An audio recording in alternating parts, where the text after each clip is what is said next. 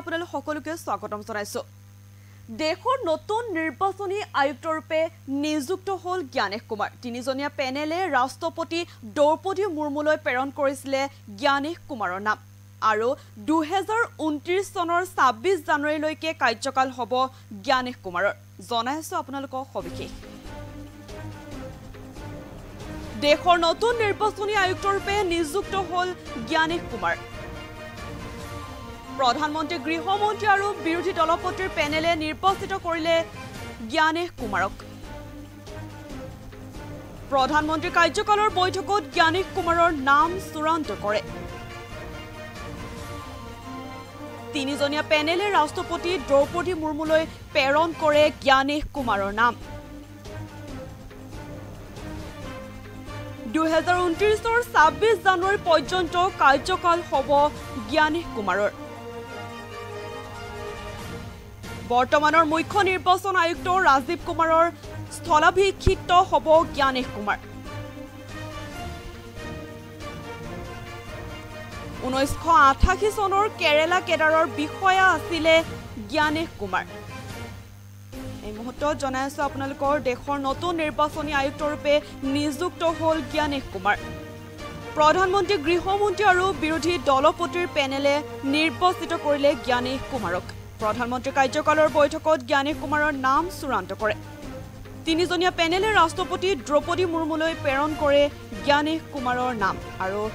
2029 চনৰ 26 জানুৱাৰী পৰ্যন্ত কাৰ্যকাল হ'ব জ্ঞানেশ কুমাৰৰ বৰ্তমানৰ মুখ্য নিৰ্বাচন আয়ুক্ত হৈছে ৰাজীৱ কুমাৰ আৰু স্থলাভিত্তিত হ'ব জ্ঞানেশ কুমাৰ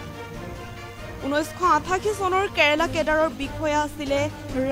জ্ঞানেশ কুমাৰ এই মুহূৰ্তত জনাইছো আপোনালোকৰ মুখ্য নিৰ্বাচন আয়ুক্ত ৰাজীৱ কুমাৰৰ আজি কাৰ্যকাল সমাপ্ত হ'ব তাৰ পাছতে দেশৰ নতুন নিৰ্বাচনী আয়ুক্তৰূপে আচলতে নিযুক্ত হল জ্ঞানেশ কুমাৰ সোমবাৰে নতুন নিৰ্বাচনী আয়ুক্তৰূপে নিযুক্ত হল ISS বিষয়া জ্ঞানেশ কুমাৰ 1988 চনৰ কেৰালা কেডাৰৰ বিষয়া আছিলে জ্ঞানেশ কুমাৰ বৰ্তমানৰ মুখ্য নিৰ্বাচন আয়ুক্ত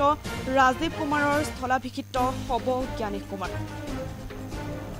2029 চনৰ 26 জানুৱাৰী পৰ্যন্ত কাৰ্যকাল হ'ব জ্ঞানেশ কুমাৰৰ তিনিজনীয়া পেনেলে ৰাষ্ট্ৰপতি দ্ৰৌপদী মুৰ্মুলৈ প্ৰেৰণ কৰে জ্ঞানেশ কুমাৰৰ নাম প্ৰধানমন্ত্ৰী কাৰ্যকালৰ বৈঠকত জ্ঞানেশ কুমাৰৰ নাম আচলতে চূড়ান্ত কৰে জনাইছো আপোনালোকক জ্ঞানেশ কুমাৰ প্ৰধানমন্ত্ৰী কাৰ্যকালৰ বৈঠকত জ্ঞানেশ কুমাৰৰ নাম চূড়ান্ত কৰা হয় দেশৰ নতুন নিৰ্বাচনী আয়ুক্তৰূপে নিযুক্ত হল জ্ঞানেশ কুমাৰ প্ৰধানমন্ত্ৰী গৃহমন্ত্ৰী আৰু বিৰোধী দলপতিৰ পেনেলে নিৰ্বাচিত কৰিলে জ্ঞানেশ কুমাৰক প্ৰধানমন্ত্ৰী কাৰ্যকালৰ বৈঠকত জ্ঞানেশ কুমাৰৰ নাম চূড়ান্ত কৰে তিনিজনীয়া পেনেলে ৰাষ্ট্ৰপতি দ্ৰৌপদী মুৰ্মুলৈ প্ৰেৰণ কৰে জ্ঞানেশ কুমাৰৰ নাম 2029 চনৰ 26 জানুৱাৰী পৰ্যন্ত হ'ব কাৰ্যকাল 2029 চনৰ 26 জানুৱাৰী পৰ্যন্ত কাৰ্যকাল হ'ব জ্ঞানেশ কুমাৰৰ বৰ্তমানৰ মুখ্য নিৰ্বাচন আয়ুক্ত ৰাজীৱ কুমাৰৰ স্থলাভিষিক্ত হ'ব জ্ঞানেশ কুমাৰ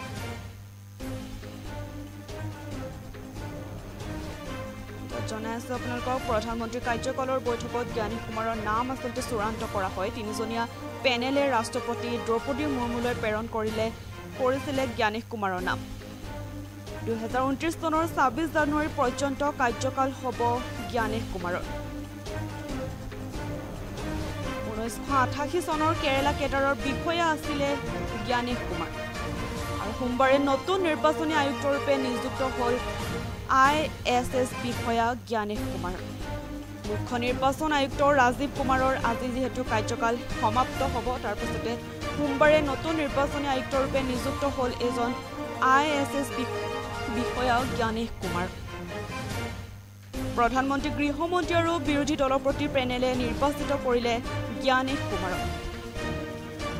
প্ৰধানমন্ত্ৰী কাৰ্যকালৰ বৈঠকত জ্ঞানেশ কুমাৰৰ নাম চূড়ান্ত কৰে 2029 চনৰ 26 জানুৱাৰী পৰ্যন্ত কাৰ্যকাল হ'ব জ্ঞানেশ কুমাৰৰ বৰ্তমানৰ মুখ্য নিৰ্বাচন আয়ুক্ত ৰাজীৱ কুমাৰৰ স্থলাভিষিক্ত হ'ব জ্ঞানেশ কুমাৰ